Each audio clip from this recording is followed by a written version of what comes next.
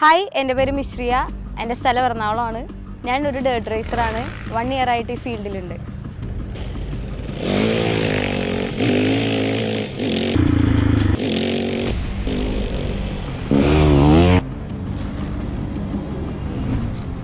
എൻ്റെ പേര് കൃഷ്ണ. ഞാനിവിടെ കൊച്ചിയിലൊരു ഷൂ ലോണ്ടറിയാണ് സ്റ്റാർട്ട് ചെയ്തിട്ടുള്ളത്. നമ്മുടെ ഷൂ ലോണ്ടറിയുടെ പേര് ഹിത ദ ഷൂ ഷൈനി എന്നാണ്.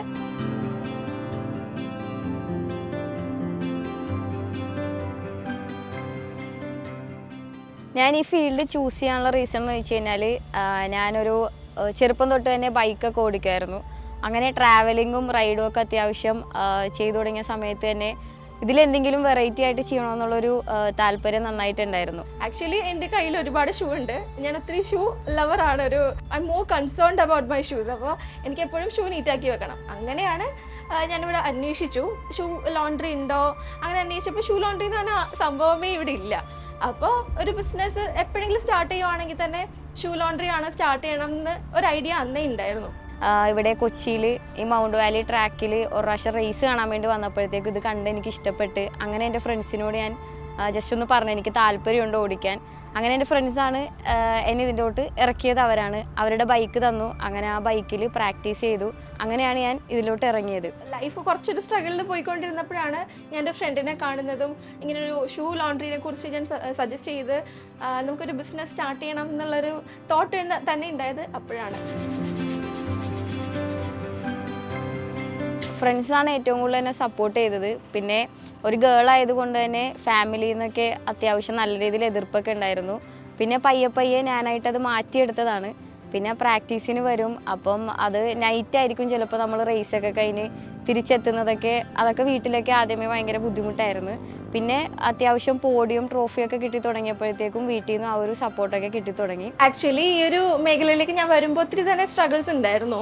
ലൈക്ക് പാരൻസിൻ്റെ ഒന്നും സപ്പോർട്ട് ഉണ്ടായിരുന്നില്ല. ആദ്യം തന്നെ സപ്പോർട്ട് ഉണ്ടായിരുന്നില്ല. എൻ്റെ പാർട്ട്ണറും 1-2 ഫ്രണ്ട്സും മാത്രമാണ് എൻ്റെ കൂടെ നിന്നിരുന്നത്. സോ അവരെയൊക്കെ സപ്പോർട്ട് കൊണ്ടിട്ടാണ് ഇപ്പോൾ ഈ ഒരു പൊസിഷനിൽ തന്നെ നിൽക്കാൻ പറ്റിയിട്ടുള്ളത്. ഞാൻ ഒരു ഫോട്ടോഗ്രാഫറാണ്. അപ്പോൾ എൻ്റെ വർക്കിൽ നിന്ന് ഞാൻ ഏൺ ചെയ്യണ ആ ഒരു എമൗണ്ടിൽ നിന്ന് സെപ്പറേറ്റ് മാറ്റി വെച്ച് അങ്ങനെ സേവ് ചെയ്താണ് ഞാൻ പിന്നെ ഈ ഒരു ബൈക്ക് ഞാൻ എടുക്കുന്നത്. അങ്ങനെയാണ് പിന്നെ ബൈക്ക് എടുത്ത് കഴിഞ്ഞപ്പോഴാണ് ഫുള്ള് പ്രാക്ടീസ് ചെയ്യാനാണെങ്കിലും റേസ് ഓടിക്കാൻ പോകാനാണെങ്കിലും കുറച്ചും കൂടി ഒരു എല്ലാം ഒന്ന് സെറ്റായി വന്നത്.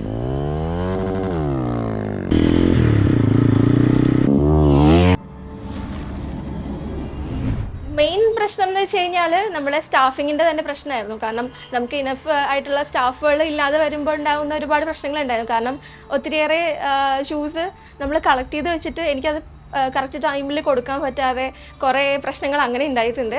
ആ സമയത്തൊക്കെയും ഞാൻ തന്നെ എൻ്റെ ഉറക്കമൊക്കെ മാറ്റി വെച്ച് ഞാൻ തന്നെ ഇതിൻ്റെ പുറകെ ഇറങ്ങിയ ഒരുപാട് സമയങ്ങളുണ്ടായിട്ടുണ്ട്. കാരണം എന്താ പറയുക, നമ്മളൊരു കാര്യത്തിന് വേണ്ടി ഇറങ്ങിക്കഴിഞ്ഞിട്ട് നമുക്കത് ബെസ്റ്റ് റിസൾട്ട് നമുക്ക് ആളുകൾക്ക് എത്തിക്കാൻ പറ്റുന്നില്ല എന്നാണെങ്കിൽ അതൊരു വലിയ ഡ്രോബാക്ക് ആയിട്ട് തന്നെയാണ് എനിക്ക് തോന്നിയിട്ടുള്ളത്. പിന്നെ ഈ പ്രാക്ടീസിനും കാര്യങ്ങൾക്കും നമുക്ക് ഈ റേസ് ബൈക്ക് റോട്ടിൽ യൂസ് ചെയ്യാൻ വേണ്ടി പാടില്ല. അപ്പോൾ നമ്മൾ വേറെ റെൻറ്റിന് വണ്ടിയൊക്കെ എടുത്തിട്ടാണ് നമ്മൾ പിന്നെ അതിലാണ് നമ്മൾ ബൈക്ക് ഇങ്ങോട്ട് കൊണ്ടുവരുന്നതും കാര്യങ്ങളും. അതൊക്കെ ഭയങ്കര ബുദ്ധിമുട്ടാണ്. വണ്ടി കയറ്റാൻ കുറച്ച് പേര് വേണം. ജാനുവരി ഫെബ്രുവരി ഒക്കെ ഭയങ്കര കഷ്ടപ്പാട് തന്നെയായിരുന്നു. കാരണം മെയിനായിട്ട് സ്റ്റാഫായിരുന്നു പ്രശ്നം.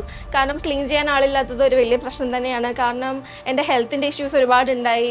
പിന്നെ പാരൻസിൻ്റെ സൈഡിൽ നിന്നും കുറേ കാര്യങ്ങൾ വേറെ അല്ലാതെ ഉണ്ടായിരുന്നു.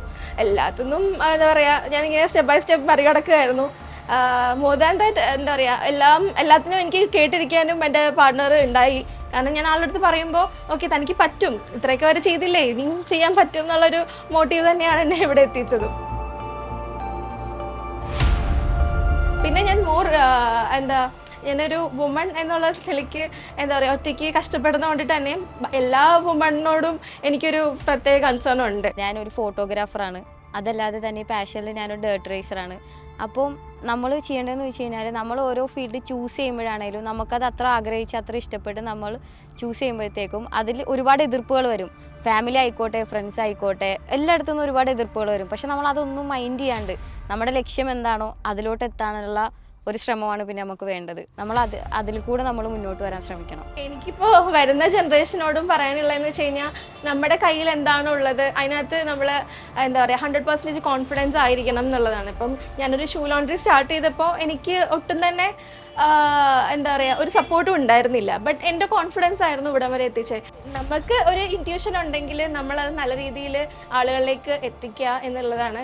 പിന്നെ എന്താ പറയുക ഒരു ഡ്രീം ഉണ്ടെങ്കിൽ നമ്മൾ അത് എങ്ങനെയെങ്കിലും നടത്താൻ ശ്രമിക്കുക. കാരണം ഒറ്റൊരു ലൈഫേ ഉള്ളൂ. പിന്നെ എന്താ പറയുക നമ്മൾ എല്ലാവരും സ്ട്രോങ് ആണെന്നുള്ളത് ഒരു ആത്മവിശ്വാസം നമ്മളിൽ തന്നെ ഉണ്ടെങ്കിൽ നമുക്കെല്ലാം നേടിയെടുക്കാൻ സാധിക്കും.